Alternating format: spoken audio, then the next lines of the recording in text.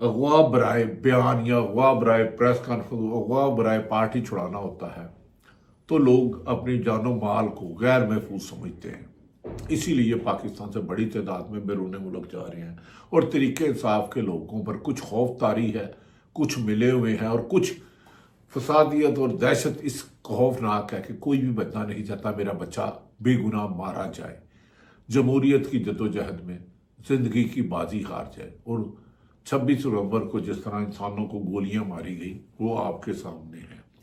9 مئی میں یقیناً اس واقعہ کی ہر کوئی مذمت کرتا ہے، توڑ پھوڑ نہیں ہونی چاہیے، لیکن اس میں لاکھوں چھاپے مارے گئے، کتنے کتنے میں بکے، یہ کہانی تو کبھی کوئی نہ کوئی مورخ لکھے گا۔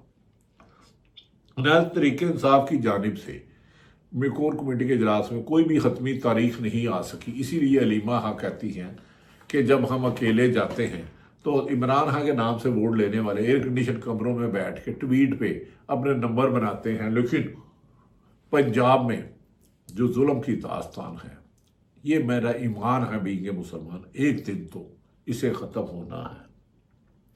ناظرین، کچھ ذرائع کے حوالے سے ایسی منفی خبریں جان بوجھ کے پھیلائی جا رہی ہیں کیونکہ میڈیا ان کے کنٹرول میں، سوشل میڈیا بھی ان پہ ہے۔ میں نے گزشتہ روز بھی کہا تھا کہ پتہ نہیں کسی نے کہا کہ میرا انڈیا نے چینل بند کر دیا اور خود VPN لگا کے اس کا ٹویٹ کیا، اور آزادی صحافت کی اس سے زیادہ اور کیا مثال دوں۔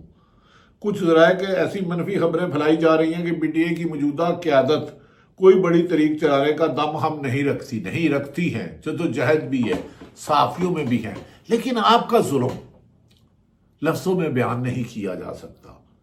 کفر کا نظام چل سکتا ہے، ظلم کا نہیں، لیکن پاکستان میں ظلم کا چل رہا ہے، لیکن شاید اسی لیے اللہ تعالیٰ نے کہا ہے، اس نے برے کی رسی دراز کی ہے لیکن لامحدود نہیں۔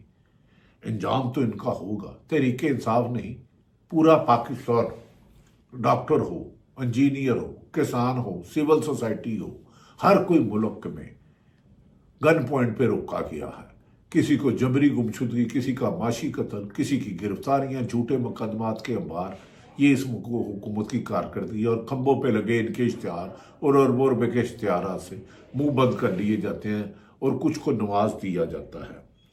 ناظرین، کل جمعے کے روز خیبر پختونخوا میں عمران خان کی کال پر جو ریلیاں نکلی ہیں، ان کو دیکھ کر اندازہ لگایا جا سکتا ہے قیادت بھلے کسی مصلیت کی شکار ہو، لیکن عمران خان کے کارکن پیچھے ہٹنے کے لیے تیار نہیں۔ آج بھی لوگ وقتاً وقتاً نکلتے ہیں، لیکن ظلم کی تلوار ان کی پرامن جدوجہد کو خون ریز کر رہی ہے، یہ کبھی تو خون تھمے گا۔ عمران خان کے کارکن پیچھے ہٹنے کے لیے تیار نہیں۔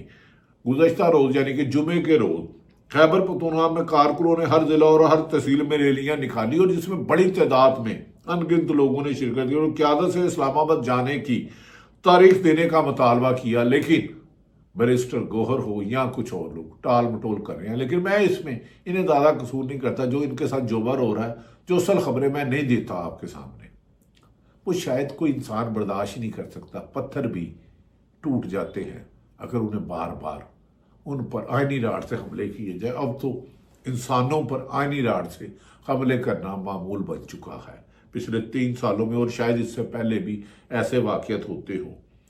PTI کے سیکرٹری جنرل سلمان اکرم راجہ ان دنوں بیرون ملک کل اوورسیز پاکستانیوں کی ایک تقریب سے خطاب کر رہے تھے۔ سلمان اکرم راجہ نے خدشہ ظاہر کیا کہ پاکستان واپسی پر انہیں گرفتار کیا جا سکتا ہے۔ ہاں، سلمان اکرم راجہ کسی ڈیل میں نہیں آ رہے، یہ بات سچ ہے، اور کھل کر موقع بیان کرتے ہیں۔ اسی لیے انہیں عمران خان سے ملاقات نہیں کرنے دی جاتی، کیونکہ عمران خان کے بیان کی بڑے بڑے ایوانوں میں بیٹھے وزیر اعظم، گورنر اور وزیر اعلیٰ عمران خان کے بیان کا جواب ان کے پاس نہیں ہے، کیونکہ عمران خان کو لوگ دیکھنا چاہتے ہیں، سننا چاہتے ہیں، اسی لیے انہیں جیل میں بند رکھا ہے، اور ایسے چہرے ٹی وی پر لائے جاتے ہیں جنہیں لوگ دیکھ کر سوئچ ہی بند کر دیتے ہیں۔ نیشنل ٹی وی کی ریٹنگ کم ہو گئی ہے۔ سلمان اکرم راجہ نے کہا کہ انہیں گرفتار کیا جا سکتا ہے۔ گرفتار تو یہ شکر ہے کسی کو بھی کر سکتے ہیں، کسی کو بھی کر سکتے ہیں، ادھر آئین کوئی نہیں ہے، قانون کوئی نہیں ہے۔ عمران خان سے سلمان اکرم گرفتار کر سکتے ہیں۔ علیمہ خان کو عمران خان سے ملاقات کی اجازت بھی اسی لیے نہیں دی جا رہی کہیں سچ کا وزن اس حکومت سے نہیں اٹھایا جا رہا. ان کی سیاکاریاں، ریاکاریاں، ظلم زیادتی، زبان زد عام ہے، لیکن عدالتوں کی خاموشی، انصاف کا قتل، پرامن جد و جہد کے راستے میں رکاوٹ اور انسانی حقوق کی پامالی، یہ حکومت کا طرح امتیاز ہے. تحریک انصاف کے سیاسی اور کور کمیٹی نے محسوس نشستوں کے کیس میں سپریم کورٹ کے سامنے پیش ہونے کا فیصلہ بھی کیا ہے. اجلاس میں فیصلہ میں کہا گیا ہے کہ تحریک انصاف کی محسوس نشستیں کا کیس سننے والے آئینی بینچ پر تحفظات کا اظہار کیا گیا ہے. رہنماؤں کا کہنا ہے کہ نظر ثانی کیس بینچ وہی سنتا ہے جس بینچ نے فیصلہ دیا. پاکستان کی تاریخ ہے، نظر ثانی کی اپیل ہمیشہ وہی بینچ سنتا ہے جس نے نسینوں پہلی دفعہ یہ ظلم زیادتی ہوئی ہے یا ایک آدھی دفعہ ہوئی ہوگی کہ جنہوں نے فیصلہ دیا جسٹس منصور علی شاہ، غیر آئینی طریقے سے آئینی بینچ بنائے ہوئے نے جسٹس منصور علی شاہ کو اس بینچ سے باہر نکال دیا، جسٹس منیب اختر صاحب کو اس بینچ سے باہر نکال دیا، اطہر منیلا صاحب کو جسٹس کو نکال دیا کیونکہ وہ آئین کے پسند ہے. وہ خفیہ فون کالوں میں اور بیڈ روموں میں ٹیلی فون ریکارڈنگ کے خوف سے بالا ہو کر انصاف کی فراہمی کے لیے کام کرتے ہیں. لیکن یہ اب وہ سنے گا محسوس نشستوں کا فیصلہ جسے 26ویں ترمیم کر کے جب اسمبلی سے نقاب پوشوں نے اراکین سینیٹر اور MNA کو اغوا کیا تھا. اگر انصاف اتنا کمزور لاغر ہو جائے کہ ایوانوں میں بیٹھے، سپریم کورٹ میں بیٹھے جج صاحبان کا اڈیالہ جیل کا سپرنٹینڈنٹ یا RPO پنڈی یا CPO پنڈی یا پنڈی کا تھانے دار کوئی DSP عدالتوں کے حکم کو پاؤں کی ٹھوکر پر مار کر عمران خان بانی PTI کو ان کی بہنوں سے، وکلا سے، ان کی پارٹی کے لوگوں سے ملاقات نہ کر دیا جائے تو ملک میں جمہوریت نہیں، ڈکٹیٹر کی بھی بدترین شکل ہے، ڈکٹیٹرشپ کی بدنما شکل ہے. کیا پاکستان میں جدوجہد کرنے والے اس کے باوجود بھی تھک نہیں رہے کیونکہ بانی PTI ہار نہیں مان رہے؟ اوورسیئرز پاکستانی بھی اپنی جدوجہد کر رہے ہیں، وکلا بھی کر رہے ہیں، سول سوسائٹی بھی کر رہی ہے، صحافی بھی کر رہی ہے، لیکن حکومت کی طرف سے لگائے جانے والا پیسہ اور لگڑ بگڑ چمچے کرچے صحافیوں کی یک طرفہ جرنلزم ملک میں ایک عجیب سی بے سکونی، بے چینی اور انتشار کا باعث میں اضافہ بن رہی ہے. اس کے باوجود حکومت سب اچھا کا بانسری بجا رہے ہیں، لیکن ظلم آخر ظلم ہے، بڑھتا ہے تو مٹ جاتا ہے. اللہ تعالیٰ پاکستان کا حامی و ناصر ہو. پاکستان زندہ باد.